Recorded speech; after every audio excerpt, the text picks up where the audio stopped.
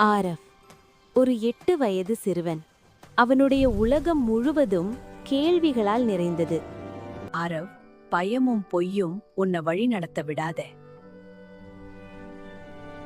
ஒரு மாலை பள்ளியிலிருந்து வீடு திரும்பும்போது பழைய காட்டின் உள்ளே ஒரு விசித்திரமான ஒளி ஆரவின் கவனத்தை ஈர்த்தது.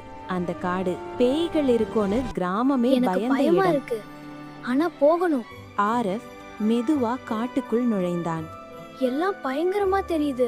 உயரமான மரங்கள், ஆடும் நிழல்கள். அப்போ திடீர்னு யாரோ அழுறாங்க. அதை தொடர்ந்து போன ஆரவ் விழுந்த கிளைகளுக்கு கீழே ஒரு சிறிய ஒளி வீசும் பறவை, தங்க ஒளி போல மின்னும் அந்த பறவை ஆரவியே நம்பிக்கையோட பார்த்தது. பயம் இருந்தாலும் பாட்டி சொன்ன வார்த்தைகள் நினைவுக்கு வந்தது. நான் உன்னை ஆரவ் காப்பாத்துறேன். துணிச்சலோட கிளைகளை அகற்றி பறவையை விடுவித்தான்.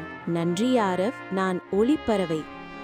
மக்கள் பயப்படுவதாலதான் இந்த காடு இருட்டா தெரிகிறது. பயமே இருளை உருவாக்குது. அந்த நொடியில் காடு மாறியது. இருள் மறைந்தது. மலர்கள் மலர்ந்தது. ஒளி எங்கும் பரவியது.